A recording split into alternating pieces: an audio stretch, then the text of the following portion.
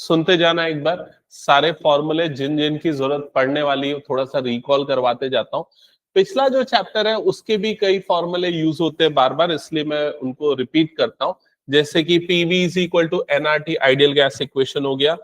Other than this ये वाला formula कई जगह पे यूज होगा, डेल क्यू, मतलब कि स्पेसिफिक हीट जो है, sorry heat provided that is equal to M into S into del T. यहाँ पर एस जो है वो स्पेसिफिक हीट है और कुछ बुक में उसको स्मॉल सी से डिनोट किया जाता है। Del T change in temperature, M क्या हो गया उसका मास हो गया। ठीक है, ये फॉर्मूला ध्यान में रखना। लेटेंट हीट का फॉर्मूला ये भी यूज होता है, L is equal to Q by M या फिर Q is equal to M into L. Newton's law of cooling तो फिलहाल इस चैप्टर में नहीं अभी तक यूज हुआ है। ठीक है, नेक्स्ट, ये सारा थ्योरेटिकल पार्ट हो गया। ठीक है, ये सब चीजें स्किप, गुड इवनिंग, ये सब स्किप करते हैं। जिन जिन की आज न्यूमेरिकल सॉल्व करने के लिए जरूरत होगी उनको एक एक करके देखते चलते हैं। ठीक है, जीरोथ लॉ पे बेस्ड कुछ एक शायद न्यूमेरिकल यूज होंगे। ठीक है, जीरोथ लॉ पे बेस्ड जो न्यूमेरिकल होगा एक्चुअली क्या है वो, जैसे अगर जितना हीट लूज किया है एक बॉडी ने that is equal to the heat gain by another body. अगर दो बॉडी एक दूसरे से कांटेक्ट में है तो हीट जो है हायर टेम्परेचर से लोअर टेम्परेचर में ट्रांसफर होता है।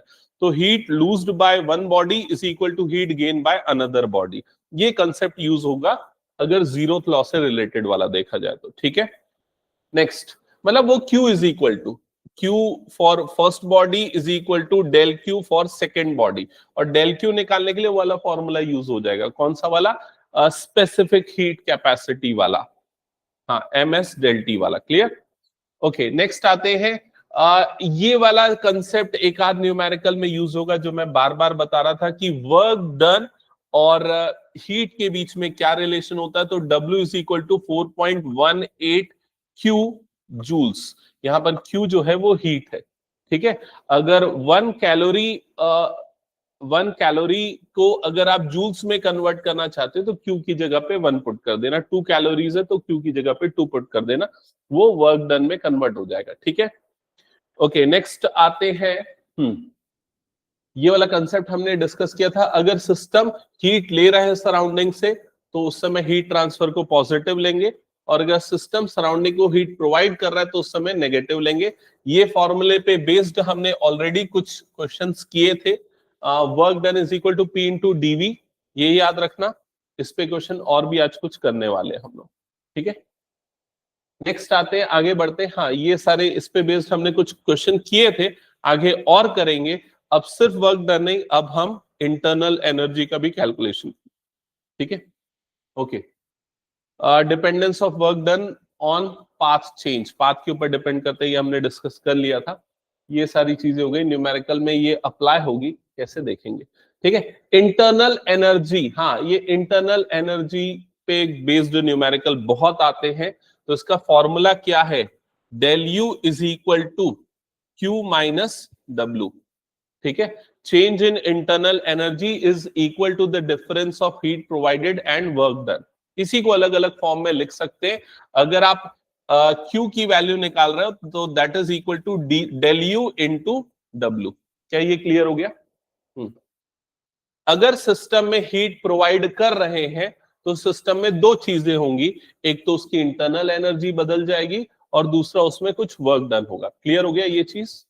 ठीक है, तो ये ध्यान में रखना है। नेक्स्ट आते हैं, ये जो अभी मैंने बताया वही सारी चीजें हैं। ठीक है, फिर डिफरेंट प्रोसेस में ये फॉर्मूले में क्या क्या चेंज होगा। अगर साइक्लिक प्रोसेस है, साइक्लिक प्रोसेस में डेल यू की वैल्यू क्या हो जाएगी, 0 हो जाएगी। Initial state final state same हो जाएगा। और अगर डेल यू जो है चेंज इन इंटरनल एनर्जी, वो पाथ के ऊपर डिपेंड नहीं करता, वो स्टेट के ऊपर डिपेंड करता है। ठीक है, तो दैट्स व्हाई उसकी वैल्यू, एक्चुअली इंटरनल एनर्जी की अगर डेफिनेशन जाओगे माइक्रोस्कोपिक लेवल पे, तो जो मॉलिक्यूल्स की पोटेंशियल और काइनेटिक एनर्जी है उसी को उसका क्या बोलते हैं, इंटरनल एनर्जी बोलते हैं। उन सबका सम जो होता है, जैसे अगर मान के चलो किसी गैस को एक कंटेनर में रख के मैं कंप्रेस कर रहा हूं, कंप्रेस करूंगा तो क्या वो कम स्पेस लेगा, उसके मॉलिक्यूल्स पास में आएंगे, उसमें ज्यादा एक दूसरे को स्ट्राइक करेंगे, तो उसकी kinetic energy potential energy change हो जाएगी, इंक्रीज हो जाएगी। तो बस वही सारी चीजें हैं यहाँ पर होती है। ठीक है, तो स्टेट अगर चेंज नहीं हो रहा है मतलब उनकी ओवरऑल पोटेंशियल और काइनेटिक एनर्जी सेम होगी। इसलिए साइक्लिक प्रोसेस मतलब जहां से स्टार्ट किए वापस वहीं पर आ गए, तो उस केस में change in internal energy zero का ध्यान रखना है। ठीक है, और work done is equal to heat provided, ये हो जाएगा। ठीक है, नेक्स्ट आगे बढ़ते हैं। आइसोलेटेड सिस्टम डेफिनेशन ध्यान में रखना, क्योंकि जब न्यूमेरिकल आएगा तो उसमें बोलेगा आइसोलेटेड सिस्टम में ये परफॉर्म हुआ, तो फिर उसके बाद क्या होगा। तो आइसोलेटेड सिस्टम अगर कहीं पर आ रहा है मतलब क्या हो जाएगा, उसमें नाइदर मास नॉर एनर्जी ट्रांसफर, तो एनर्जी ट्रांसफर वहां पर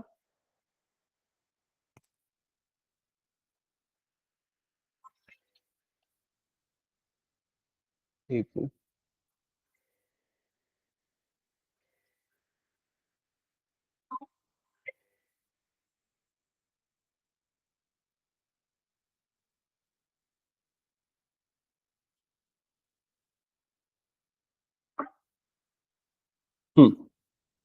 तो आइसोलेटेड सिस्टम अगर आ रहा है तो वहां पर क्या हो जाएगा, heat transfer is equals to work done, वहां पर क्या हो जाएगा, नेट वर्क डन क्या हो जाएगा यहाँ पर जीरो। ठीक है, हीट ट्रांसफर भी क्या हो जाएगा जीरो, तो डेल यू की वैल्यू यहाँ पर क्या हो जाएगी जीरो। ठीक है, ये ध्यान में रखना है। आइसोबैरिक कब होता है, जब कांस्टेंट प्रेशर होता है। ठीक है, ये वाला बहुत कम न्यूमेरिकल में यूज होगा, स्किप करता हूं इसलिए। Isothermal constant temperature temperature constant रहेगा, और आइडियल गैस की कंडीशन में डेल यू की वैल्यू जीरो होगी और क्यू इज इक्वल टू क्या हो जाएगा, डब्ल्यू। ठीक है, आइसोकोरिक प्रोसेस वॉल्यूम अगर कांस्टेंट होगा तो डीवी की value zero, work done zero, तो क्यू इज इक्वल टू क्या हो जाएगा, डेल यू, मतलब heat is equal to change in internal energy. Next adiabatic process, इस पे और आइसोथर्मल पे बेस्ड ज्यादा न्यूमेरिकल है, तो वो दो के कंसेप्ट ध्यान में रखने। ठीक है, तो during the process neither heat enters nor leaves, तो ना ही हीट एंटर करेगी ना ही लीव करेगी, मतलब क्यू की वैल्यू यहां पर क्या होगी, जीरो होगी। और del U is equal to क्या होता है, क्यू माइनस डब्ल्यू, तो क्यू जीरो हो गया तो डेल यू कितना हो जाएगा, माइनस डब्ल्यू। क्या ये चीज क्लियर हुई, एक बार बताओ जल्दी से, इसको थोड़ा ध्यान से सुनना क्योंकि न्यूमेरिकल सॉल्व करते समय यहां पर कंफ्यूजन होगा। तो del U is equal to क्या होता है, माइनस डब्ल्यू। ठीक है, अब डब्ल्यू क्या है यहां पर, वर्क डन। अब देखो कौन सा कंसेप्ट ध्यान में रखना है, जब work done on the system होगा, जब वर्क डन सिस्टम पे जब वर्क कर रहे हैं, उस सिचुएशन में वर्क डन को हम नेगेटिव लेंगे। समझ में आया, ये वर्ड यूज होगा क्वेश्चन में, ध्यान में रखना है। Work done on the system होगा तो वर्क डन को क्या लेंगे, नेगेटिव लेंगे, और नेगेटिव नेगेटिव होने के कारण ये बाद में क्या बन जाता है, पॉजिटिव। मतलब इंटरनल एनर्जी वहां पर, इंटरनल एनर्जी का चेंज वहां पर क्या आएगा, पॉजिटिव होगा, मतलब इंटरनल एनर्जी बढ़ जाएगी। समझ रहे हो ना, जब किसी किसी सिस्टम पे हम वर्क करेंगे तो उसकी इंटरनल एनर्जी बढ़ जाएगी। और जब work done by the system होगा, सिस्टम जब वर्क करेगा तो वर्क डन को हम पॉजिटिव लेंगे, डब्ल्यू की वैल्यू को पॉजिटिव लेंगे, तो डेल यू जो होगा यहां पर वर्क डन क्या होगा, वर्क डन पॉजिटिव होगा, ये ध्यान में रखना है। ठीक है, तो डेल यू जो होगा वो क्या हो जाएगा, माइनस ऑफ डब्ल्यू, मतलब इंटरनल एनर्जी कम हो जाएगी। क्या ये क्लियर हो गया, इंपॉर्टेंट ये वाला पार्ट है। ऑन द सिस्टम तो वर्क डन को पॉजिटिव लेना, बाय द सिस्टम तो वर्क डन, मैं उल्टा बोल रहा हूं सॉरी, ऑन द सिस्टम तो वर्क डन को नेगेटिव लेना, बाय द सिस्टम तो वर्क डन को पॉजिटिव लेना। क्या ये क्लियर हो गया सबको, चलो नेक्स्ट आगे बढ़ते हैं। आइसोथर्मल प्रोसेस, तो आइसोथर्मल प्रोसेस ध्यान में रखना यूज होगा। ठीक है, PV is equal to constant लेते, बॉयल्स लॉ फॉलो होता है इसमें, टेम्परेचर कांस्टेंट होता है, ये सारी चीजें। ठीक है, और फिर ये हमने डेरिवेशन किया। इस डेरिवेशन पे बेस्ड कुछ एक न्यूमेरिकल है, लेकिन उसके लिए लॉग टेबल यूज होगी, तो फिलहाल मैंने आज की क्लास में नहीं लिए। जनरली लॉग की वैल्यू दे दी रहती है तो उसको हम यूज कर लेते हैं। ठीक है, एडियाबैटिक प्रोसेस में पॉइजन्स लॉ फॉलो होता है, P V raise to power gamma is equals to constant होगा, ये ध्यान में रखना है। गामा की वैल्यू सीपी बाय सीवी की इक्वल होती है, और यूजुअली क्वेश्चन में गामा की वैल्यू दी रहती है 1.4 से लेके 1.6 के बीच में होती है इसकी वैल्यू। ठीक है, तो उस पे बेस्ड कुछ न्यूमेरिकल होते हैं। फिर उसके बाद हमने ये अलग अलग कंडीशंस डिराइव की थी, और आइसोथर्मल एडियाबैटिक का ग्राफ देखा था, work done in adiabatic process के लिए एक फॉर्मूला डिराइव किया था, और यहां से स्टार्ट करते हैं क्वेश्चन सॉल्व करना। तो चलो स्टार्ट करते हैं फर्स्ट क्वेश्चन से, देखते चलो। और ट्राई करते चलो। फर्स्ट क्वेश्चन पहले पढ़ लो क्या लिखा है। हाँ, डिग्री सेल्सियस में भी लोगे तो फर्क नहीं पड़ेगा, क्योंकि उसका केल्विन इक्विवेलेंट करने पे 273 प्लस होगा, तो उससे ज्यादा फर्क नहीं है। डेल्टी की वैल्यू सेम ही आएगी, डिफरेंस सेम ही आएगा। ठीक है। A geyser heats water flowing at a rate of 3 liter per minute from 27 degrees Celsius to 77 degrees Celsius. If the geyser operates on a gas burner, calculate the rate of consumption of fuel. The heat of combustion of the gas is 4 into 10 to the power 4 joule per gram. The specific heat and density of water are this and this respectively. तो पहले जो जो data है आप उसको अच्छे से note down कर लो। तो सबसे पहला डेटा क्या है? 3 लीटर पर मिनट। ठीक है, heat of water flowing at a rate of, ठीक है, किस रेट से वाटर फ्लो कर रहा है? Geyser heats water flowing at a rate of, तो किस रेट से वाटर फ्लो कर रहा है उस गीजर में, ये दिया हुआ है। क्या ये क्लियर हो गया? ठीक है। अब इस चीज को आप किससे डिनोट करोगे ये तो थोड़ा सा मुश्किल है, लेकिन लीटर की बात कर रहा है, मतलब ये पता है कैपेसिटी होती है। कैपेसिटी लीटर मतलब कि उसको आप वॉल्यूम में कन्वर्ट कर सकते हो, मीटर क्यूब में कन्वर्ट कर सकते हो। क्या ये क्लियर हो गया? तो यहां पर अगर बात करें, मैं इसका अगर वॉल्यूम निकालना चाहता हूं for 1 minute, volume for 1 minute, तो वो कितना आएगा? For 1 minute in terms of metre cube, in terms of metre cube. तो 1 मिनट में कितने लीटर पानी का फ्लो होगा? 3 लीटर। तो यहां पर क्या आ गया? 3 लीटर। क्या ये क्लियर हो गया? और litre to metre cube conversion याद है? लीटर से मीटर क्यूब का कन्वर्जन यहां लिख देता हूं मैं। ठीक है, ये होता है 1 metre cube is equal to 1 kilo litre. ये याद रखने के लिए ताकि कन्वर्जन कर पाओ। 1 किलो लीटर मतलब कितना हो गया? 1000 लीटर। समझ में? तो 1 लीटर को मीटर क्यूब में कैसे कन्वर्ट करोगे? 10 to the power -3 metre cube. क्या ये क्लियर हो गया? तो ये 3 लीटर को अगर आप मीटर क्यूब में कन्वर्ट करोगे तो क्या हो जाएगा? 3 into 10 to the power -3 metre cube. ये इसका वॉल्यूम है, V से डिनोट करते। यहां तक क्लियर हुआ? Volume in 1 minute, volume of water flowing through that geyser in 1 minute. Temperature में कितने से कितने का चेंज हो गया ये दिया है। तो यहां पर T1 और T2 की वैल्यू गिवन है, मैं सीधे उससे डेल्टी निकालता हूं। Good evening. सीधे डेल्टी निकालता हूं, तो डेल्टी कितना आ जाएगा चेक कर लो। क्या हो गया? कोई है क्या बाहर? हाँ, कितना? 50 डिग्री सेल्सियस। क्या ये क्लियर हो गया सबको? ओके। नेक्स्ट कितना हो जाएगा? If A geyser operates on gas burner, calculate the rate of consumption of fuel. तो आपको यहां पर क्या फाइंड आउट करना? Rate of consumption of fuel. Fuel किस रेट से कंज्यूम हो रहा है। क्लियर हो गया ये चीज? आगे क्या लिखा है? The heat of combustion of the fuel is this. अच्छा, ये देखो ये क्या दिया हुआ है? 4 into 10 to the power 4 joule per gram. Heat of consumption of fuel is this. ये Q upon M है, मतलब heat per unit of mass. कैसे पता चला? देखो यहां पर दे दिया ना, जूल पर ग्राम्स। क्लियर हो गया ये चीज? तो ये क्या है? Q अपॉन M की वैल्यू है, या heat per unit mass, per unit mass. और ये कितना आ रहा है? ये आ रहा है 4 into 10 to the power 4 joules per gram. यहां तक क्लियर हो गया? और ये हीट कौन प्रोवाइड कर रहा है? कंबंशन ऑफ द गैस या जो फ्यूल। ठीक है।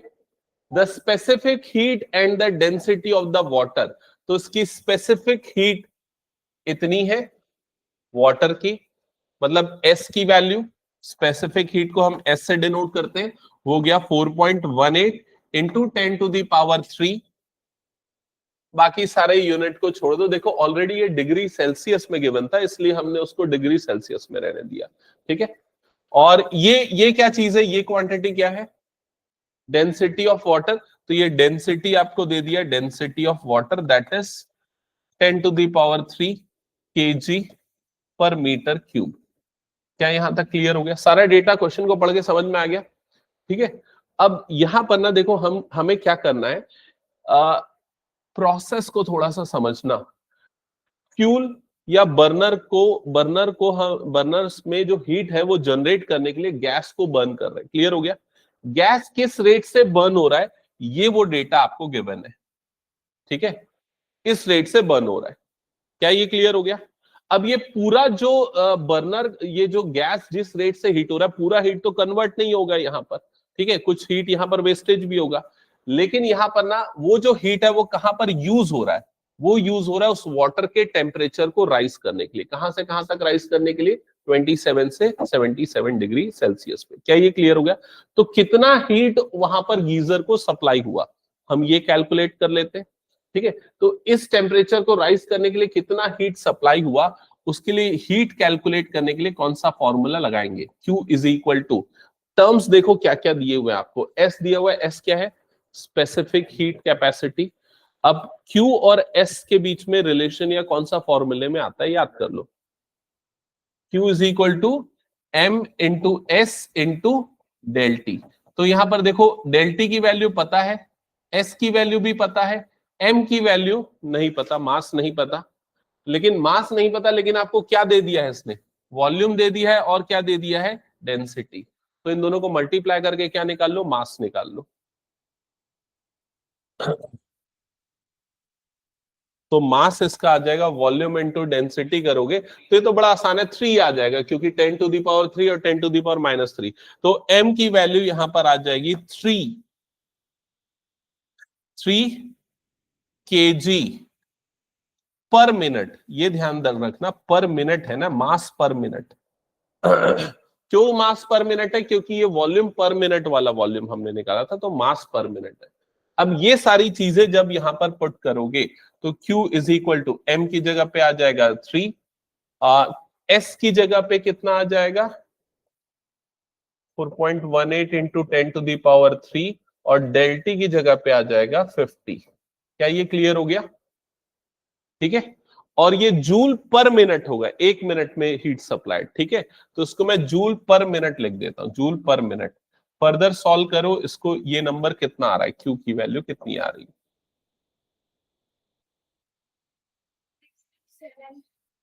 627,000 ऐसे ही आ रहा है, जूल पर मिनट। ठीक है, तो इस रेट से वाटर को हीट प्रोवाइड हो रहा है। ठीक है, और किस रेट से वो जो फ्यूल है वो बर्न हो रहा है, किस रेट से फ्यूल बर्न हो रहा है? तो इस रेट से फ्यूल बर्न हो रहा है। ठीक है, और आपको क्या कैलकुलेट करना है? देखो, rate of consumption of fuel, consumption of fuel. तो फ्यूल का कंजम्पशन मतलब उसका मास कितना कंज्यूम हो रहा है, किस रेट से? रेट मतलब टाइम के रेस्पेक्ट में, मतलब एक्चुअल में आपको क्या निकालना है? मास अपॉन टाइम या ग्राम पर मिनट, ये निकालना है। समझ में आ रहा है कि नहीं ये चीज? तो अगर मास अपॉन टाइम ये निकालना है, किस रेट से उसका मास कंज्यूम हो रहा है, तो क्या करोगे? इन दोनों वैल्यू को चेक करो। ये हीट पर यूनिट मास हो गया, और ये क्या है? ये क्या? हीट पर यूनिट टाइम हो गया। समझ में आ रहा है कि नहीं? यहां पर जूल पर मिनट है, यहां पर क्या? जूल पर ग्राम्स है, और आपको क्या निकालना है? ग्राम्स पर मिनट निकालना है। तो क्या करेंगे? दोनों को डिवाइड करेंगे। ये वाले टर्म को इक्वेशन 1 ले लो, ये वाले टर्म को इक्वेशन 2 ले लो, उसको डिवाइड कर दो। तो लेफ्ट साइड में अगर टर्म्स में देखा जाए तो क्या है? हीट प्रोवाइडेड पर मिनट डिवाइडेड बाय इधर पे क्या आ जाएगा? Divided by heat of fuel पर ग्राम। तो ये आ जाएगा न्यूमरेटर में 627,000, डिनोमिनेटर में 4 इंटू 10⁻⁴। ठीक है, अब बताओ फाइनल आंसर कितना आएगा और यूनिट क्या होगी? 13.17 ग्राम पर मिनट। क्या ये क्लियर हुआ? तो इस रेट से फ्यूल कंज्यूम होगा। डन। समझ में आ गया ना सबको? ये हटा दो फिर इसको मैं। ओके, एक बार आंसर वेरीफाई कर लेते। 15.17। ओके, ये न्यूमरेटर वाली वैल्यू सेम आई थी ना, 6.27 इंटू 10⁵। ये शायद डिवाइड करने में कुछ मिस्टेक हुआ होगा, एक बार चेक कर। ओके, 15.17 दिया, 15.17 दिया है क्या? 15.7 दिया। ओके, करेक्शन कर लेना। ठीक है, तो ये चेक कर लेना, 15.7 ग्राम्स पर मिनट। क्या ये क्लियर हो गया? हटा दो फिर ये क्वेश्चन में। चलो नेक्स्ट क्वेश्चन पे आगे बढ़ते हैं। नेक्स्ट क्वेश्चन, ये जो क्वेश्चन है एनसीईआरटी का है, थोड़ा सा स्टेटमेंट वाइज लॉजिकल क्वेश्चन है, एक एक करके देखते चलो। जैसे सबसे पहले स्टेटमेंट क्या लिखा है, पढ़ो।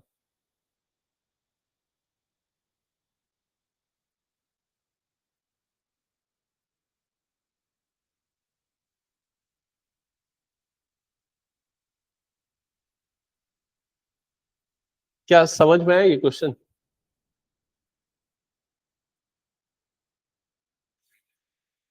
जीरोथ लॉ से रिलेटेड है, हाँ। ये बोलना चाह रहा है कि मान के चलो एक बॉडी है जिसका टेम्परेचर है 100 डिग्री सेल्सियस, एक दूसरी बॉडी है जिसका टेम्परेचर है मान लो 20 डिग्री सेल्सियस। समझ में आया? तो जब दोनों कांटेक्ट में आएंगे तो हमने पढ़ा है कि हायर टेम्परेचर से लोअर टेम्परेचर में हीट ट्रांसफर होता है। तो यहां पर इसका टेम्परेचर मान लो T1 है, इसका टेम्परेचर T2 है। तो जब ये थर्मल इक्विलिब्रियम पे आएगा तो दोनों का टेम्परेचर कितना हो जाना चाहिए? T1 प्लस T2/2, मतलब कि कितना हो जाना चाहिए? 60 डिग्री सेल्सियस हो जाना चाहिए। लेकिन ऐसा नहीं होता। ऐसा क्यों नहीं होता वो पूछ रहा है। समझ में आ रहा है कि नहीं ये चीज? क्या हमेशा ऐसा होता है क्या? क्या हमेशा ऐसा होता है? हमेशा ऐसा नहीं होता। हम्म, ऐसा क्यों नहीं होता है बताओ तो, लॉजिकली सोचो, ऐसा क्यों नहीं होता है? जैसे मान के चलो ये रूम है, इस रूम पे मैं एक आइस क्यूब ले आता हूं, है ना, एक आइस का बॉक्स ले आता हूं। तो आइस का टेम्परेचर 0 डिग्री सेल्सियस है, मान लो रूम का कितना है? 27 डिग्री सेल्सियस। तो उस आइस का और रूम का टेम्परेचर एवरेज हो जाएगा क्या? 27 प्लस 0 करके डिवाइडेड बाय 2 मतलब 13.5 हो जाएगा क्या? नहीं होगा। क्यों नहीं हुआ बताओ तो? साइज छोटा बड़ा है इसलिए नहीं हुआ। समझ में? तो सिर्फ साइज के ऊपर डिपेंड करता है कि और भी कुछ चीजों के ऊपर डिपेंड करता है? और भी कई चीजों के ऊपर डिपेंड करता है जो टेम्परेचर का चेंज है। समझ में आ रहा है कि नहीं? तो देखो यहां पर कंसेप्ट क्या लगेगा, ये जो हीट ट्रांसफर होता है, हीट जो ट्रांसफर होता है मतलब क्यू की जो वैल्यू होती है वो किन किन चीजों के ऊपर डिपेंड करती है। अभी हमने फॉर्मूला दोबारा यूज किया था, याद करो। एक तो मास के ऊपर डिपेंड करता है, स्पेसिफिक हीट कैपेसिटी, और चेंज इन टेम्परेचर मतलब कि T2 माइनस T1। तो मैं इसको एक काम करता हूं, इसको ना इसको T1 T1 नहीं T-T1 ले लेता हूं, T-T1। इसका मतलब क्या हुआ, अगर कोई दो बॉडीज कांटेक्ट में है, इसका टेम्परेचर T1 है, इसका टेम्परेचर T2 है, जब ये थर्मल इक्विलिब्रियम पे आएंगे तो उन दोनों का टेम्परेचर चेंज होकर T हो जाएगा, ये मैं मान रहा हूं। क्या ये क्लियर हो गया? तो ये आ जाएगा। Q1 की वैल्यू ले रहा हूं ना, जितना हीट इसने लूज किया, लूज क्यों? क्योंकि टेम्परेचर ज्यादा था, उधर लूज कर दिया। Q2 की वैल्यू कितनी होगी बताओ? अच्छा, दोनों का मास भी अलग है, स्पेसिफिक हीट कैपेसिटी भी अलग है, तो M1S1 हो जाएगा। दूसरे बॉडी के लिए क्या हो जाएगा? ये M2S2, और इधर पे इसने हीट को गेन किया तो उसका फाइनल टेम्परेचर जो होगा ये एक्चुअली ये T1 माइनस टी लेना चाहिए ना। अच्छा चलो ठीक है, उससे कोई फर्क नहीं पड़ता। इधर पे क्या हो जाएगा? T2 माइनस टी, ये हो जाएगा। क्या ये क्लियर हो गया? ठीक है। अब थर्मोडायनेमिक्स का जो लॉ है, जीरोथ लॉ, वो क्या बोलता है कि इक्विलिब्रियम पे आएगा, लेकिन वो कैसे आएगा? जितना टेम्परेचर, जितना हीट इसने लूज किया उतना ही हीट इसने गेन किया। क्या ये क्लियर हो गया? तो Q1 इज इक्वल टू क्या हो जाएगा? Q2, मतलब M1S1 under bracket T minus T1, इसकी वैल्यू क्या हो जाएगी? M2S2 into T2 minus T के इक्वल हो जाएगी। क्या ये समझ में आया सभी को? और T वो इक्विलिब्रियम वाला टेम्परेचर है, तो T की वैल्यू निकालो। अब बाकी सबके टर्म्स में क्या आएगी? अगर आप T की वैल्यू निकालना चाहते हो, मतलब ऐसा सिंप्लीफाई करो इक्वेशन को कि T बच जाए, बाकी सब दूसरी तरफ आए, तो क्या आ जाएगा? ये M1S1T माइनस M1S1T1 और इधर पे क्या हो जाएगा M2S2T2 और माइनस M2S2T। क्या ये क्लियर हो गया? ये वाले टर्म को मैं पूरा इधर ट्रांसफर कर देता हूं और T1 वाले टर्म को इधर ट्रांसफर कर देता हूं, तो एक्सप्रेशन क्या बन जाएगी? लेफ्ट साइड में क्या बच जाएगा? M1S1T प्लस M2S2T और राइट साइड में क्या आ जाएगा? M1S1T1 plus M2S2T2। क्या ये क्लियर हो गया? और इधर से क्या कॉमन निकल जाएगा? T कॉमन निकल जाएगा। T कॉमन निकलेगा, ब्रैकेट के अंदर पे बच जाएगा M1S1 plus M2S2 that is equal to M1S1T1 plus M2S2T2 और फिर फर्दर जब T की वैल्यू निकालोगे तो M1S1T1 plus M2S2T2 upon M1S1 plus M2S2 के इक्वल होगा। ये आएगा उसका एवरेज टेम्परेचर। समझ में आया? या वो थर्मल इक्विलिब्रियम वाला टेम्परेचर। क्या ये क्लियर हुआ सभी को? तो यहां पर जो इक्विलिब्रियम वाला टेम्परेचर, जैसे मैंने बताया ना, ये दोनों अगर है तो दोनों के इक्विलिब्रियम पे आने पे टेम्परेचर 60 डिग्री सेल्सियस नहीं होगा। वो किसके ऊपर डिपेंड करेगा कि दोनों का मास कितना है, दोनों की स्पेसिफिक हीट कैपेसिटी कितनी है। अब अगर मान के चलो आपके पास दो ग्लासेस हैं, दोनों में वाटर है, एक में वाटर का टेम्परेचर 100 डिग्री सेल्सियस है, दूसरे में 20 डिग्री सेल्सियस है, दोनों की क्वांटिटी भी सेम है, दोनों को अगर मिलाएंगे तब क्या होगा? तब उस केस में जो इक्विलिब्रियम वाला टेम्परेचर है वो कितना आ जाएगा? 60। क्यों 60 आएगा? क्योंकि दोनों में वाटर है, मतलब दोनों की स्पेसिफिक हीट कैपेसिटी S1 और S2 क्या हो जाएगी? सेम। दोनों का मास भी सेम है तो M1 M2 क्या हो जाएगा? सेम। समझ में आ रहा है कि नहीं ये चीज? तो वो यहां पर ये दोनों टर्म्स ऐड हो जाएंगे, कट जाएगा और फाइनली आपको क्या मिल जाएगा? दोनों का एवरेज मिल जाएगा। क्या ये क्लियर हो गया? तो ये फॉर्मूला जो अभी हमने डिस्कस किया ये और भी कई क्वेश्चन में यूज होगा, ध्यान में रखना। ठीक है? कैसे पूछा जाएगा इसके लिए? इस पे बेस्ड क्वेश्चन कि दो अलग अलग मटेरियल्स हैं, दो अलग अलग गैसेस या लिक्विड्स है, दोनों के थर्मल इक्विलिब्रियम पे आने पे जो टेम्परेचर होगा वो क्या होगा। ठीक है, डन। हटा दो फिर मैं इसको। चलो नेक्स्ट देखो, सेकेंड पार्ट में क्वेश्चन में क्या लिखा है।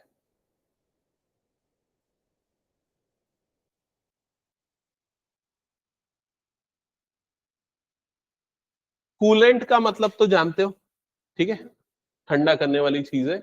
और केमिकल और न्यूक्लियर प्लांट में जो कूलेंट यूज होता है उसकी स्पेसिफिक हीट ज्यादा होती है। क्यों? कॉमन सेंस वाली चीज है, जिसकी स्पेसिफिक हीट ज्यादा होती है उसका टेम्परेचर बहुत इजीली बढ़ जाता है और इजीली कम हो जाता है। क्लियर हो गया ये चीज? तो हम वहां पर ऐसा ऐसा केमिकल यूज करेंगे, ऐसा कूलेंट यूज करेंगे जो जल्दी से हीट को एब्जॉर्ब कर ले, है ना। अगर मान के चलो यहां पर जो मटेरियल है उसकी हीट जल्दी से वो ट्रांसफर नहीं हो रही है तो उस केस में हीट ट्रांसफर लेट होगा तो फिर प्रॉब्लम आएगी।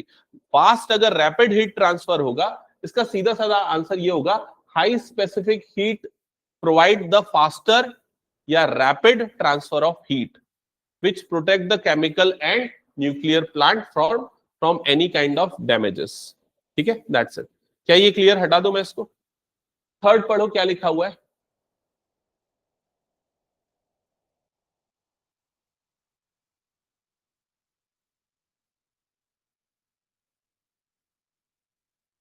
इस पे हमने डिस्कशन किया था।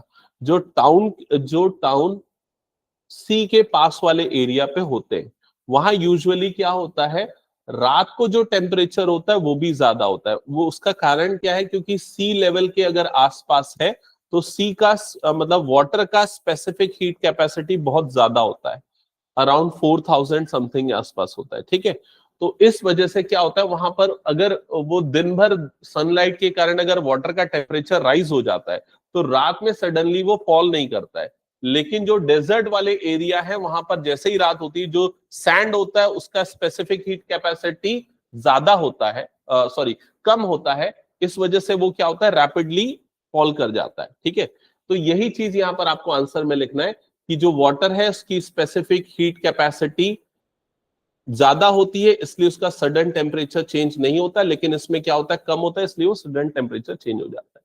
Next, air pressure in car tyre increases during driving, why? क्या होगा इसका आंसर?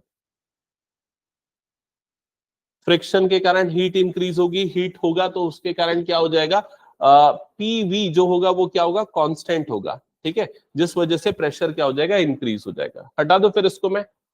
चलो नेक्स्ट, ये सारे उसके आंसर्स है। इधर पे देख लो नेक्स्ट न्यूमेरिकल, इसको ट्राई करो सॉल्व करने।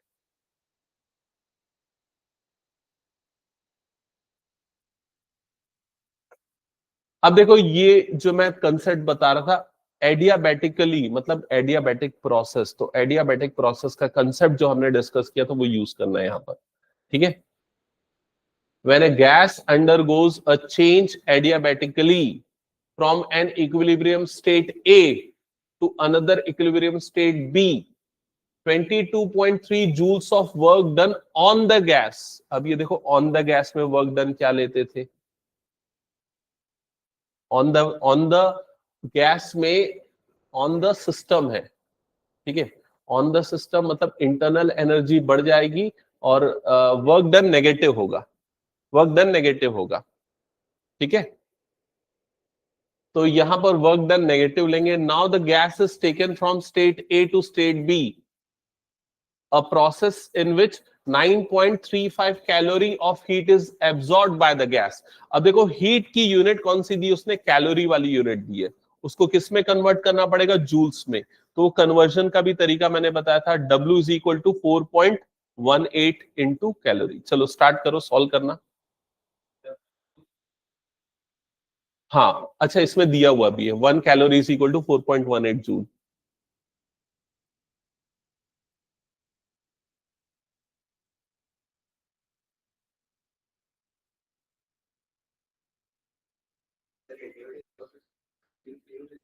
हाँ इसीलिए तो बोला वो कंसेप्ट ध्यान में रखो। एडियाबैटिक प्रोसेस में क्या होता है, adiabatic process no heat no mass transfers, तो क्यू की वैल्यू क्या हो जाएगी वहां पर, 0। तो एक गैस है जो चेंज हो रहा है adiabatically from equilibrium state A to another state B and work done on the gas is this. मैं इसको थोड़ा सा ग्राफिकली समझाता हूं तो शायद तुम लोगों को क्लियर हो, ठीक है। मान लेते हैं ये एक स्टेट ए है, ठीक है, और ये एक स्टेट बी है, ठीक है। ये एक स्टेट बी है, ठीक है, और यहां पर स्टेट जो चेंज हो रहा है एडियाबैटिकली हो रहा है। क्लियर हो गया ये चीज, मतलब ये हो गया एक्चुअली वॉल्यूम और प्रेशर कर्व मैं बता रहा हूं, ठीक है। तो यहां पर डेल क्यू की वैल्यू क्या हो जाएगी, 0। एडियाबैटिक प्रोसेस में डेल क्यू की वैल्यू क्या होती है, 0। अब वर्क डन इस पे जो हो रहा है ए से बी जाने पे, वो वर्क डन कितना हो रहा है, 22.3 जूल्स। मतलब डब्ल्यू की वैल्यू यहां पर क्या लोगे, -22.3 जूल्स।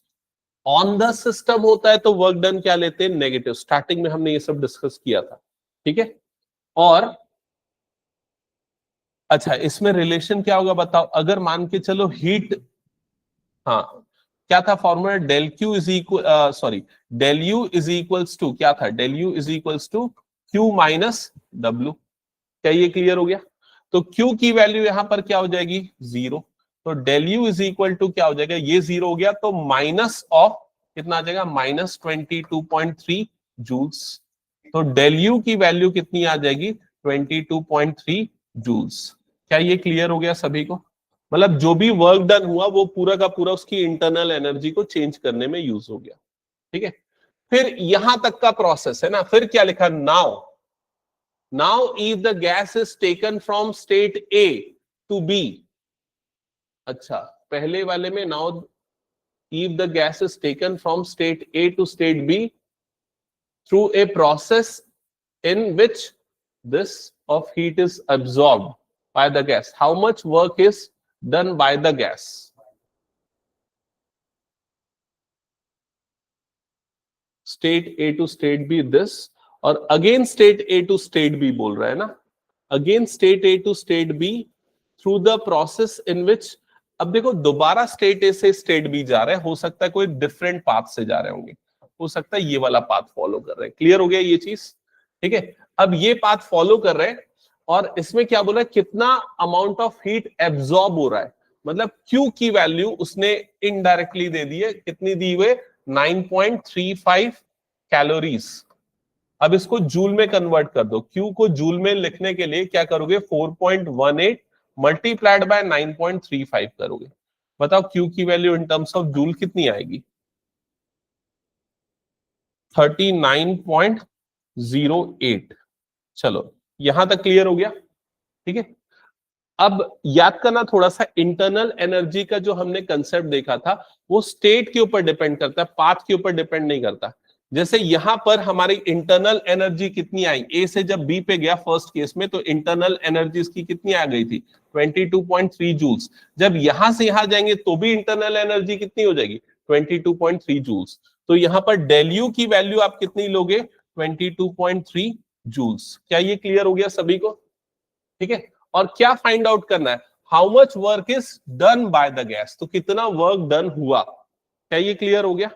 तो W की वैल्यू निकालनी है। W is equals to question mark. अब देखो इन दोनों में क्या फॉर्मूला लग जाएगा? हाँ, क्या हो जाएगा? डेल U is equals to Q minus W। Apply कर दो। या W इज इक्वल टू क्या आ जाएगा? Q minus del U। तो कितना आ रहा है W की value? 39.08 minus 22.3. So final answer will be 16.78 या जो भी अप्रोक्सीमेटली जूल्स। तो ये हो जाएगा उसका वर्क डन। क्या ये क्लियर हो गया सभी को? पॉजिटिव होगा या नेगेटिव होगा? Positive, because by the system. क्या ये क्लियर हो गया सभी को? ठीक है, चलो नेक्स्ट आगे बढ़ते हैं नेक्स्ट क्वेश्चन पे। हाँ, नेक्स्ट क्वेश्चन ट्राई करो।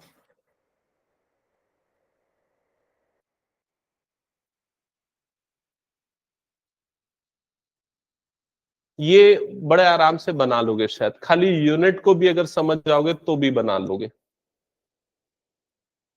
हाँ हाँ,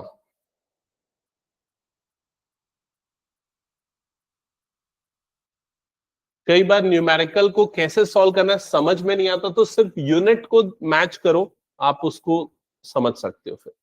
तो यहां पर क्या लिखा है? An electric heater supplies heat to a system at a rate of. तो हीट सप्लाई होने का रेट गिवन है। हीट मतलब क्यू, किस रेट से सप्लाई हो रहा है? 100 वॉट। 100 वॉट मतलब 100 जूल पर सेकेंड, ठीक है। तो 1 सेकेंड में 1 सेकेंड में कितना हीट सप्लाई होगा? 1 सेकेंड में heat supplied that is equals to 100 joules. क्या ये समझ में है? 100 वॉट को 100 जूल पर सेकेंड बोल सकते हैं, या 1 सेकेंड में कितना हीट सप्लाई हो गया? 100 जूल्स। क्या ये क्लियर हो गया? जिसको हम Q से डिनोट करेंगे, तो Q इज इक्वल टू हो गया 100 joules. Done. The system performs a work at a rate of 75 joule per second. तो सिस्टम किस रेट से वर्क डन कर रहा है ये दिया हुआ है। The system performs a work at a rate of, work done by the system है, work done by the system है, और ये वर्क डन कितना हो जाएगा? 75 जूल्स। क्या ये समझ में आ रहा है? 1 सेकेंड में हीट सप्लाई, 1 सेकेंड में वर्क डन। डन। क्या निकाल रहा है? Rate of what, at what rate is the internal energy increases? Internal energy का इंक्रीज किस रेट से हो रहा है? तो इंटरनल एनर्जी मतलब डेल यू, पर सेकेंड में कितना हो रहा है ये बताना है। तो डेल यू की वैल्यू निकालना है। तो फॉर्मूला क्या होता है? Del U is equal to Q minus W. तो कितना आ जाएगा? 25 joule per second. Del U is equal to 25 joules, ये आएगा। तो 1 सेकेंड में इतनी इंटरनल एनर्जी बढ़ रही है, समझ में आया कि नहीं? तो उसका डेल यू का चेंज क्या हो जाएगा? 25 जूल्स पर सेकेंड, इस रेट से बढ़ रही है। दैट्स इट, और कुछ नहीं है। हाँ, del U is equal to Q minus W होता है। Change in internal energy is equal to heat supplied minus work done, ठीक है। एक्चुअली क्या होता है केमिस्ट्री में Q प्लस डब्ल्यू क्यों करते हैं? क्योंकि वहां वर्क डन का साइन कन्वेंशन उल्टा लेते हैं। अगर तुम लोगों को याद होगा तो उसमें W जो वर्क डन, अभी यहां पर हम जिसमें नेगेटिव ले रहे हैं उसमें पॉजिटिव लेते हैं, ये थोड़ा सा कंफ्यूजन होता है, ठीक है। इस वजह से वो साइन यहां पर चेंज हो जाता है। हटा दूं मैं इसको फिर? चलो नेक्स्ट क्वेश्चन पे आते हैं। ये क्वेश्चन सॉल्व करना है। ऐसे क्वेश्चन हमने एक आध किए हैं, ये बहुत इंपॉर्टेंट है क्वेश्चन, तो ध्यान से समझना। In the given figure, the given figure shows the changes in thermodynamic system in going from initial state A to state B and C. तो देखो वहां एरो से बताए A से B में गया, B से C में गया, C से रिटर्न आ गया A पे। स्टेट चेंज समझ में आ रहा है? फिर लिखा है if U of A is equal to 0। ये U of A का मतलब क्या है? Internal energy at point A क्या हो गया? 0। तो जो जो चीजें इंपॉर्टेंट है मैं उसको अंडरलाइन करते जाता हूं, ध्यान रखना। U of A is equal to 0, ठीक है। U of B is equal to 30 joules, तो U of B की वैल्यू कितनी होगी? 30 जूल्स। यहां तक क्लियर हो गया? And heat is given to the system from the process, and the heat is given to the system in the process B to C is 20 joules. B to C वाले process में system को heat दे रहे हैं surrounding से। क्या ये clear हो गया? कितना दे रहे हैं? 50 जूल्स। देन डिटरमाइन, फर्स्ट है internal energy of the system in state C। तो C पे आपको इसकी इंटरनल एनर्जी निकालनी है। सिंबॉलिक फॉर्म में बताओ आपको यहां फर्स्ट पार्ट में क्या फाइंड आउट करना है? यूसी। यहां पर आपको फाइंड आउट करना है यूसी। क्या ये क्लियर हो गया? तो हम प्रोसेस कौन सा लेंगे यहां पर यूसी के लिए? B2C वाला ले लेंगे, क्योंकि देखो B2C में कितनी इंटरनल एनर्जी सप्लाई हो रही है वो पता है। तो स्टेट चेंज हम कौन सा कंसिडर करेंगे यहां पर? B2C वाला। क्या ये क्लियर हो गया? ठीक है, क्योंकि यहां पर चेंज या इंटरनल एनर्जी जो सप्लाइड है, जो Q की वैल्यू है फ्रॉम B2C, ये आपको गिवन है। कितना गिवन है? ये 50 जूल्स। क्या ये क्लियर हो गया? अच्छा ये बताओ वर्क डन फ्रॉम B2C कितना है? वर्क डन फ्रॉम B2C कितना है बताओ?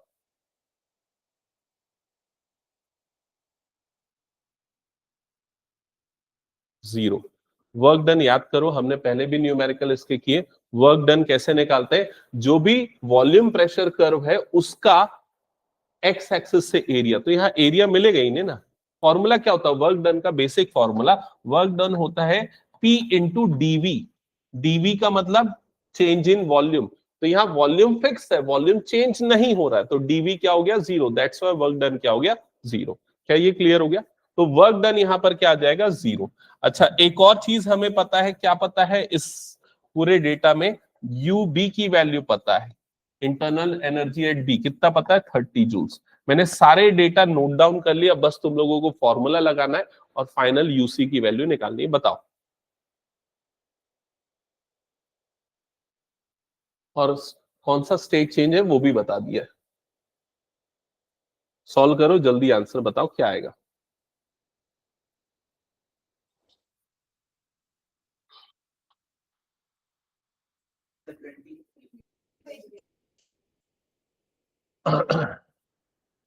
Twenty.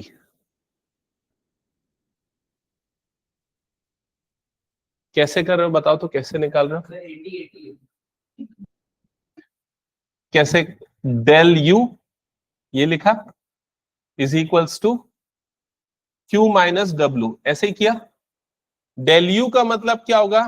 Change in internal energy. Final minus initial, ऐसे ही करोगे। UC minus UB, clear. Q की जगह पे कितना आ जाएगा? 50, और डब्ल्यू की जगह पे क्या आ जाएगा? 0। यूबी की वैल्यू कितनी गिवन है? 30, तो यहां पर आ जाएगा -30 इज इक्वल टू 50। समझ में आ रहा है कि नहीं सबको? तो यूसी की वैल्यू कितनी आ जाएगी? 80 जूल्स।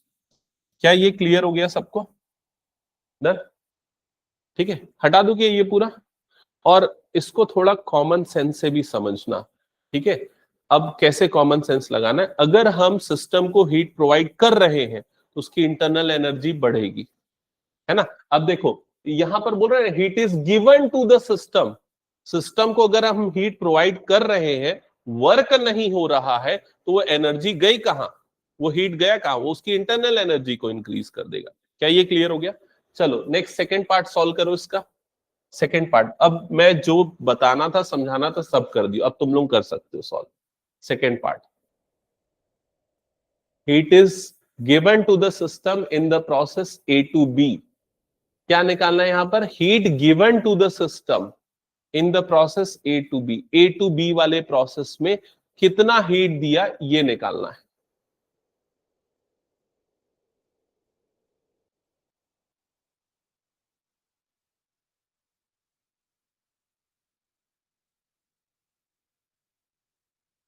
सारा डेटा आपके पास है।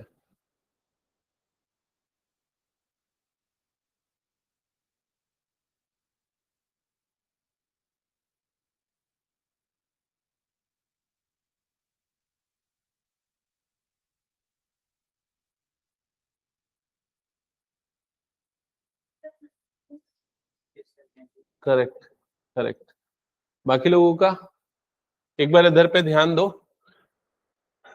देखो सेकंड में लिखा है heat given to the system. Heat given to the system मतलब क्या निकालना है? क्यू निकालना है। ठीक है, सेकंड पार्ट में आपको क्यू निकालना है। Q is equals to question mark.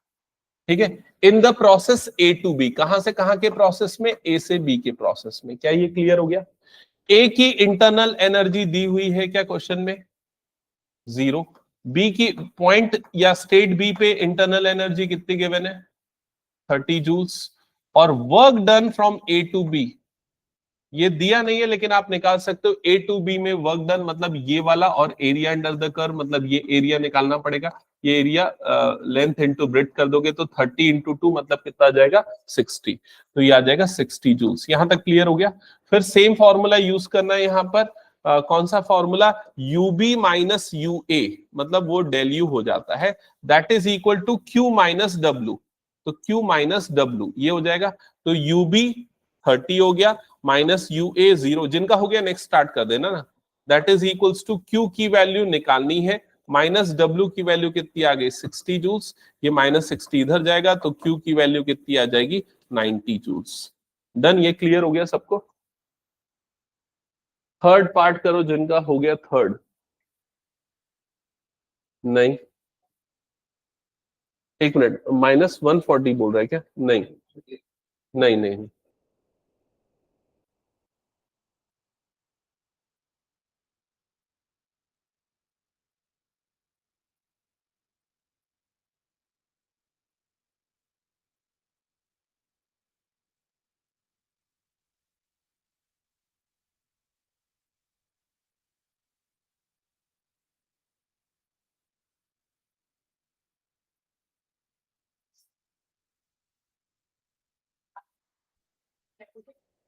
हाँ,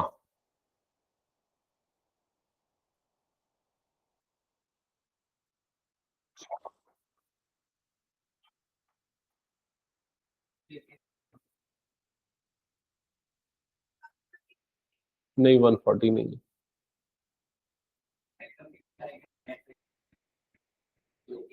नहीं नहीं नहीं नहीं। हम अगर किसी भी प्रोसेस, अगर वो साइक्लिक प्रोसेस बोला होता ना, यहां से यहां से यहां से यहां पूरा प्रोसेस होता, तब ये राइट ट्रायंगल निकालता। लेकिन सिर्फ इस प्रोसेस में बोल रहा है ना, क्वेश्चन को पढ़ना ध्यान से। क्वेश्चन में सिर्फ ये प्रोसेस बोल रहा है, सी टू ए। दैट्स वाई हम ये वाला और ये वाला एरिया निकालेंगे। हाँ, किसी का आंसर? 200 जूल्स करेक्ट आंसर है। Area of trapezium, half sum of parallel side into distance between them।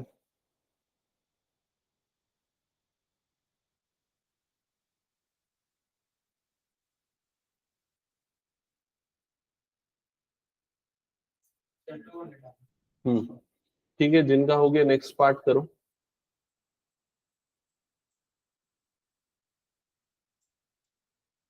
कितना? 60। ठीक है, करेक्ट है। हम्म, तो एक बार देख लेना। हाँ हाँ, किसका? थर्ड वाले का? हाँ, -200 आएगा, फोर्थ वाले का बोल रहा हूँ। वसुधा बताना थर्ड वाला पार्ट एक बार। हो गया लक्ष्य? बताऊं? देख, तेरे को कौन से प्रोसेस में निकालना है थर्ड पार्ट में? सी टू ए वाले प्रोसेस में। तो यहां पर डेल यू निकालेगा सी से ए का। क्लियर हो गया ये चीज? दैट इज इक्वल टू क्या हो जाएगा, Q माइनस W, यही होगा। तो डेल यू C2A कैसे निकलेगा, UC माइनस UA, नहीं गलत लिखा मैंने, क्या हो जाएगा UA माइनस UC। ठीक है, ऐसा क्यों होगा, क्योंकि C से A आ रहा है ना, तो A तेरा फाइनल हो गया, C तेरा इनिशियल हो जाएगा। समझा कि नहीं ये चीज, final minus initial, that is equals to Q। तो Q की वैल्यू तो यहां पर निकालनी है हमको, माइनस W। तो W जो होगा वर्क डन होगा C से A तक आने में। तो जब भी वर्क डन निकालना होता है तो ये वाला एरिया निकालना पड़ता है, ये पूरा का पूरा एरिया जो किससे बाउंडेड है, एक्स एक्सिस से बाउंडेड है। तो ये एरिया का फॉर्मूला क्या होगा, एरिया ऑफ ट्रेपेजियम लग जाएगा, half sum of parallel sides, मतलब ये वाली साइड और ये वाली साइड का सम। तो ये 30 और ये वाला 90, मतलब कितना हो जाएगा 120। क्लियर हो गया ये चीज, इनटू डिस्टेंस बिटवीन देम, तो इन दोनों के बीच का डिस्टेंस कितना हो गया, 2 यूनिट्स हो गया। तो ये दोनों कट जाएगा तो वर्क डन कितना आ जाएगा, 120 जूल्स। तो यहाँ पर वर्क डन आ गया 120 जूल। क्लियर हो गया। अब ए की इंटरनल एनर्जी, पॉइंट ए पे इंटरनल एनर्जी 0 थी, और सी पे इंटरनल एनर्जी हमने निकाली थी, कितनी निकाली थी, -80। दैट इज इक्वल्स टू, क्या गड़बड़ किया मैंने इसमें, work done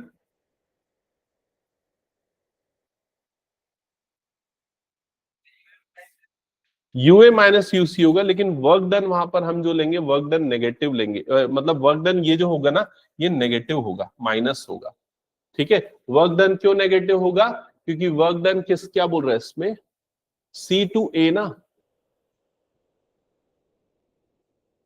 work done by the system हो रहा है ना यहाँ पर, work done by the system हो रहा है, दैट्स वाई यहाँ पर वर्क डन क्या हो जाएगा, नेगेटिव हो जाएगा। ठीक है, तो ये +120 आ जाएगा, और ये +120 जब इधर पे जाएगा तो -120 आएगा, और Q की वैल्यू कितनी आ जाएगी, -200 जूल्स आएगी। ठीक है, ये ध्यान में रखना। क्लियर हो गया ये, हाँ कुछ बोल रहा है, किससे निकाला,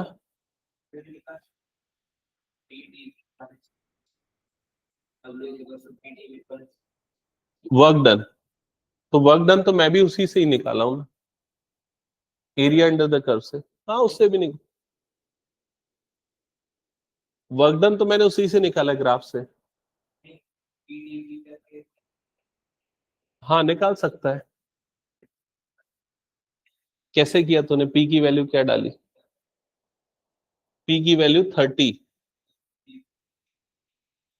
नहीं सुन मेरी बात, तेरा आंसर क्यों गलत आया, तो तूने जो वर्क डन निकाला तो वर्क डन का तूने फॉर्मूला क्या लिया, P इंटू डीवी, ये फॉर्मूला लिया। ये फॉर्मूला जब तू लेगा तब हमेशा यहां पर तेरे को इंटीग्रेशन लगाना पड़ेगा, समझा, क्योंकि small amount of work done के लिए P इंटू डीवी होता है। अब जब यहां पर तू इंटीग्रेशन करेगा तो उसकी लिमिट कहां से कहां तक लेगा, V की 1 से लेके 3 तक की लिमिट लेगा, समझा ये चीज। और P की वैल्यू 30 नहीं लेगा, P की वैल्यू 30 कांस्टेंट थोड़ी ना, P तो चेंज हो रहा है ना।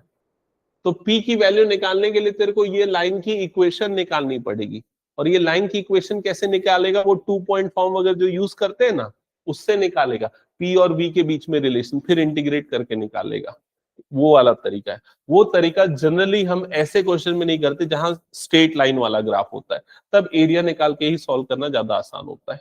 ठीक है, जब ग्राफ कर्व वाला होता है ना तब वाला तरीका यूज करते, ये वाला फॉर्मूला। ठीक है, ओके, क्या ये हो गया सेकंड, थर्ड पार्ट भी, फोर्थ पार्ट भी सबका बन गया क्या, साइक्लिक प्रोसेस में वर्क डन कितना आया, 60 जूल्स। ठीक है, हटा दो फिर इस क्वेश्चन को, चलो नेक्स्ट क्वेश्चन, नेक्स्ट क्वेश्चन देख लेना। हाँ ये क्वेश्चन 25 सॉल्व करो इसको।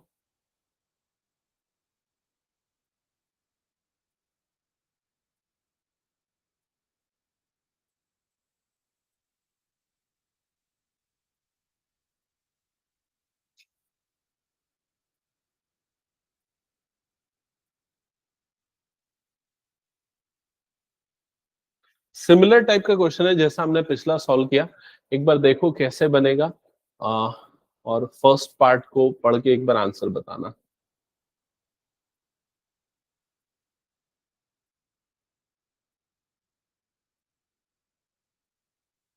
In the given PV diagram, 100 joule of heat is given in taking a system from A to C. ठीक है, सिस्टम को जब हीट प्रोवाइड करते हैं तो हीट पॉजिटिव लेते हैं या नेगेटिव लेते हैं? पॉजिटिव। ठीक है, तो यहां पर जो हीट प्रोवाइड कर रहे हैं ए से लेके सी तक ले जाने में, कौन से पाथ से? एडीसी वाले पाथ से। तो ये यहां तक का जो पूरा डेटा, इसको पढ़ के क्या तुम लोगों को डेटा क्लियर हो रहा है क्या? एक बार बताओ। जब एडीसी वाला पाथ फॉलो कर रहे हैं तो सिस्टम को जो हीट प्रोवाइड कर रहे हैं, मतलब क्यू जो है, उसकी वैल्यू कितनी है? 50 जूल्स। यही है ना? कि कुछ और है? नहीं, 100 जूल्स। कितना है? 100 जूल्स। कितनी हीट प्रोवाइड कर रहे हैं? 100 जूल्स। और ये क्या है? Work done. तो W की वैल्यू कितनी हो गई यहां पर? 50 जूल्स। क्या ये क्लियर हो गया? हम्म। अब इसके बाद क्या बोल रहा है?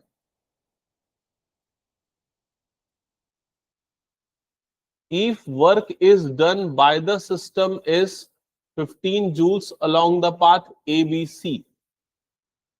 Work done by the system is 15 joules along the path ABC. Then how much heat is given in taking the system from A to C?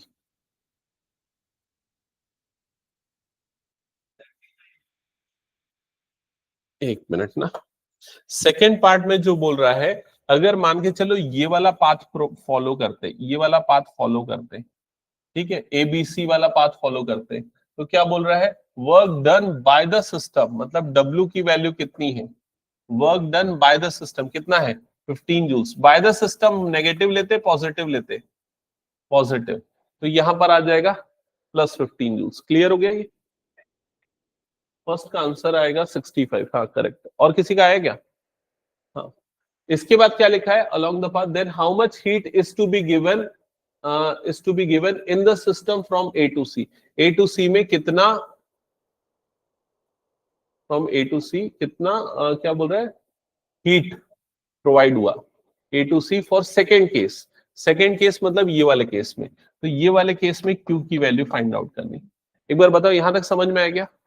तो जब ए डी सी में जब जा रहे हो तो हीट और वर्क डन दे दिया है, और जब इस पाथ में जा रहे हो तो वर्क डन दे दिया, हीट यहां पर निकालना है। यहां तक क्लियर हो गया? अब देखो फॉर्मूला क्या लगेगा? फॉर्मूला लगेगा ये वाला जो अभी तक हम पढ़ रहे थे, del U is equals to क्या होगा? Del U is equal to Q minus W, यही होगा। तो डेल यू की वैल्यू यहां पर कितनी आ जाएगी? डेल यू की वैल्यू यहां पर कितनी आ जाएगी? कौन से पाथ के लिए बोल रहा हूं? एडीसी वाले पाथ के लिए ना, एडीसी वाले पाथ के लिए कितना आ जाएगा देखो जल्दी से? 100 माइनस 50। तो डेल यू की वैल्यू कितनी हो जाएगी? 50 जूल्स। क्या ये क्लियर हो गया? ठीक है, इसका मतलब क्या है? ए से सी तक जाने में कितनी इंटरनल एनर्जी चेंज हुई? ठीक है, कौन से पाथ से? एडीसी वाले पाथ से। ये बताओ, एबीसी वाले पाथ से जाओगे तो इंटरनल एनर्जी में कितना चेंज होगा? क्या वो भी 50 होगा, या कम होगा, या ज्यादा होगा? मैं जो क्वेश्चन पूछ रहा हूं समझ में आ रहा है क्या? अगर हम ए से सी गए इस पाथ को फॉलो करते हुए तो इंटरनल एनर्जी का चेंज इतना था। अगर इस पाथ को फॉलो करते हुए जाएंगे तो इंटरनल एनर्जी का चेंज इतना ही रहेगा या बदल जाएगा? नहीं आया क्वेश्चन समझ में? उतना ही रहेगा, क्योंकि इंटरनल एनर्जी जो है पाथ डिपेंडेंट नहीं होती, वो क्या होती है? स्टेट डिपेंडेंट होती है। क्लियर? तो डेल यू की वैल्यू ये वाले पाथ में भी सेम रहेगी, एबीसी वाले पाथ में भी डेल यू की वैल्यू सेम रहेगी। ठीक है, तो एबीसी में अगर डेल यू वाला फॉर्मूला लगाएंगे तो क्या हो जाएगा? Q minus W. Del U की जगह पे कितना आ जाएगा? 50। क्यू की वैल्यू निकालनी है, माइनस डब्ल्यू की वैल्यू कितनी होगी? 15। तो क्यू की वैल्यू कितनी हो जाएगी? 65 जूल्स। ये फर्स्ट पार्ट का आंसर होगा। क्या ये समझ में आ गया सभी को? सेकेंड पार्ट ट्राई करो अब। सेकेंड पार्ट का नहीं, सेकेंड पार्ट का आंसर, एक मिनट ना, नहीं, -65, नहीं, हाँ -65 joules. How much heat will be absorbed और given out if the work done on the system, work done on the system.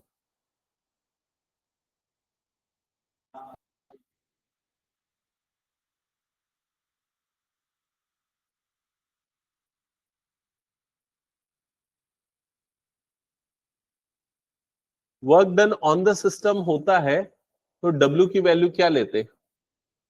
Negative.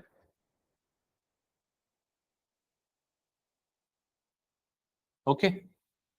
अच्छा, एक चीज थोड़ा सा ध्यान से सुनना, अगर work done on the system है, ऑन द सिस्टम है, ठीक है, तो W की वैल्यू क्या लेंगे? नेगेटिव। ये क्लियर हो गया। और Q मतलब हीट के बारे में क्या होगा? हीट क्या होगा वहां पर? Heat absorbed by the system होगा और given out by the system होगा। अगर मान के चलो W की वैल्यू यहां पर नेगेटिव आ रही है तो हीट की वैल्यू उस केस में क्या आ जाएगी?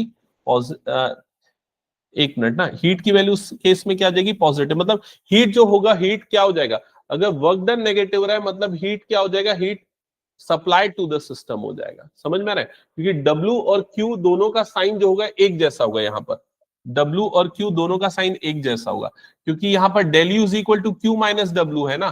तो अगर डेल यू जीरो हो जाएगा तो Q इज इक्वल टू क्या आ जाएगा? W। तो अगर जो वर्क डन का साइन होगा वही किसका साइन होगा?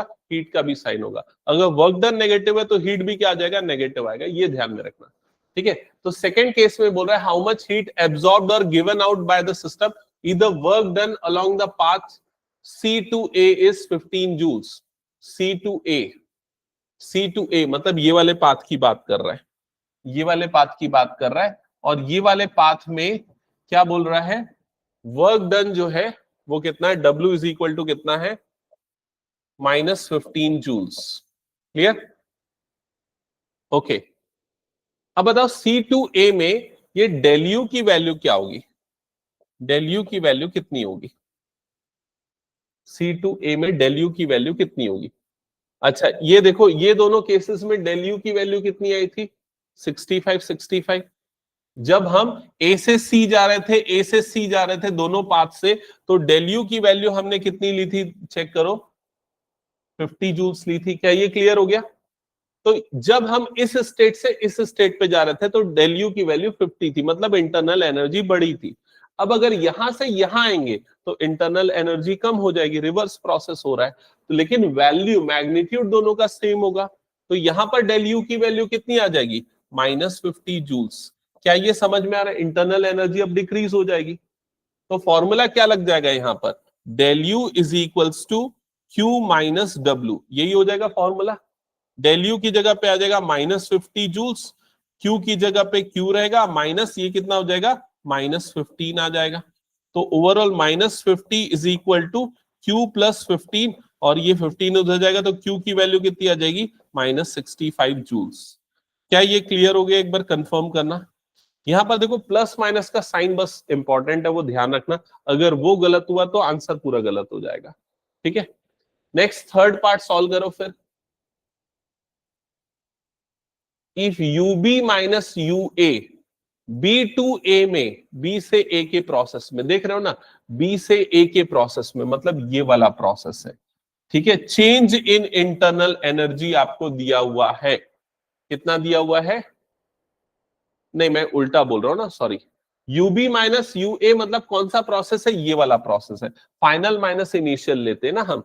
यूबी माइनस यू ए मतलब प्रोसेस ए से बी का प्रोसेस है, ए से बी, तभी तो यूबी माइनस यू ए है। Then how much heat will be absorbed in each of the process A B and B C. तो ए बी और बी सी में कितना हीट एब्सॉर्ब होगा ये निकालना है। चलो, ए बी में निकालो पहले कितना होगा। ए बी में कितना हीट एब्सॉर्ब होगा ये निकालना है।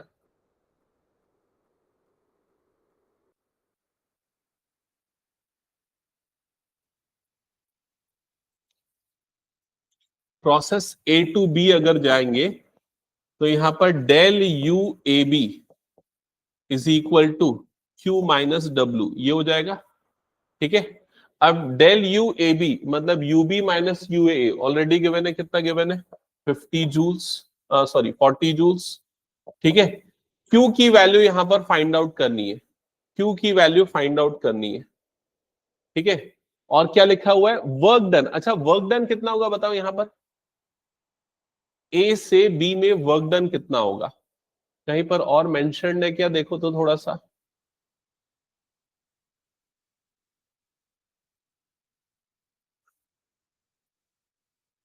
टोटल वर्क 15 है।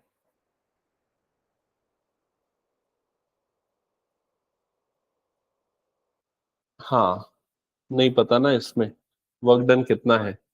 ओके चलो कोई बात नहीं। ठीक है, इसको Q माइनस डब्ल्यू फिलहाल रहने देते और इसको इक्वेशन नंबर 1 ले लेते। यहां तक क्लियर हुआ, एक बार चेक करो, कंफर्म करो।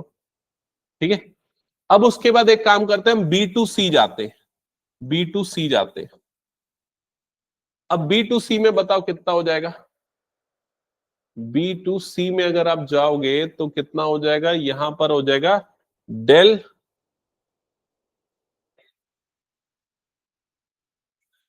Del U is equals to, del U is equals to, यहां पर क्या आ जाएगा Q, क्योंकि W की वैल्यू वहां पर क्या हो जाएगी 0, B2C जा रहे हैं तो। ठीक है, तो यहां पर Q की वैल्यू, डेल यू की वैल्यू पता है क्या हमको, ये बताओ तो। डेल यू की वैल्यू यहां पर नहीं पता है। ठीक है, लेकिन थोड़ा एक मिनट ध्यान से समझना, यहां पर जो ओवरऑल इंटरनल एनर्जी का जो सम होगा, कहां से कहां तक, ए से बी में और बी से सी में, ये जो टोटल सम होगा उसकी वैल्यू कितनी होगी, 50। एक मिनट ना, एक एक सेकेंड, एक सेकेंड, एक सेकेंड, इसको हटाऊंगा थोड़ा समय। ठीक है, देखना इधर पे ध्यान से।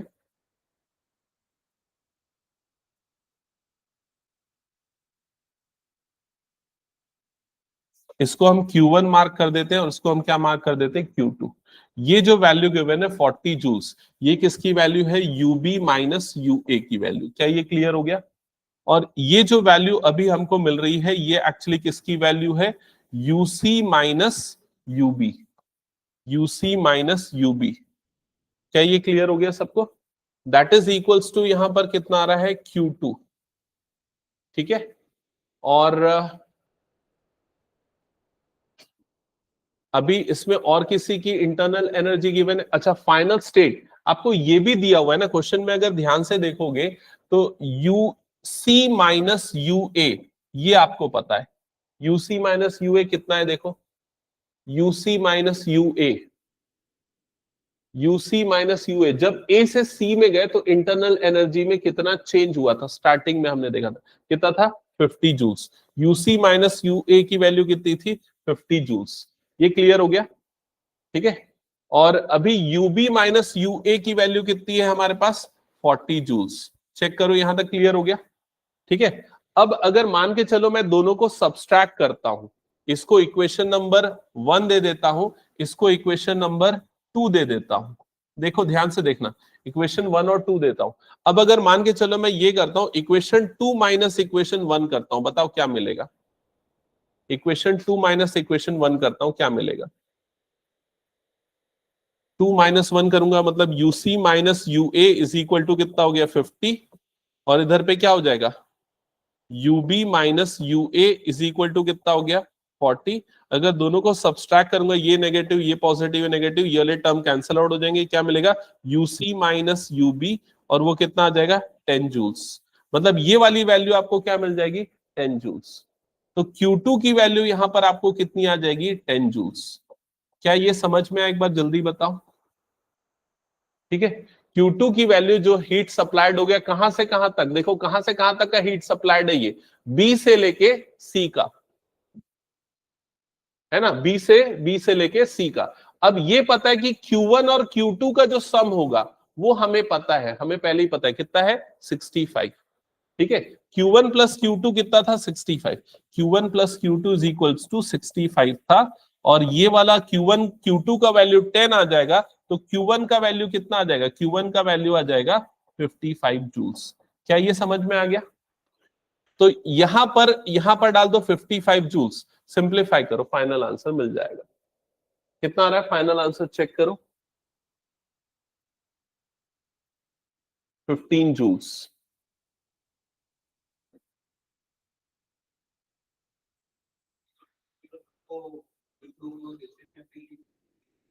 क्योंकि यहां पर टोटल एनर्जी एब्जॉर्ब जो होगा वो कितना होगा, ये वाली एनर्जी, ये वाली हीट प्लस ये वाली हीट,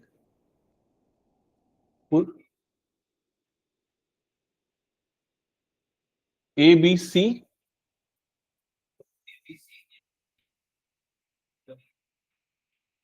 ये वाला बोल रहे हैं ना। हाँ तो इसीलिए तो अभी पहले हम ए से बी गए, फिर बी से सी गए, इसलिए दोनों हीट को हमने ऐड कर दिया यहां पर। ठीक है, क्या ये क्लियर हुआ, एक बार चेक कर लो। चलो नेक्स्ट क्वेश्चन, और कुछ है इसमें कंप्लीट। ये ए टू बी और फिर बी टू सी, ये दोनों बोला है ना, ए टू बी के लिए बोला और बी टू सी के लिए बोला। तो ए टू बी में कितना आ रहा है, ये ए टू बी में कितना आ रहा है चेक करो। ए टू बी में कितना आ रहा है 10, और बी टू सी में कितना आ रहा है, ए टू बी में 55 और बी टू सी में कितना आ रहा है 10। ठीक है, चलो नेक्स्ट। हाँ हाँ ठीक है, जाओ, ये लास्ट क्वेश्चन है वैसे, इसको कंप्लीट कर लो। ठीक है,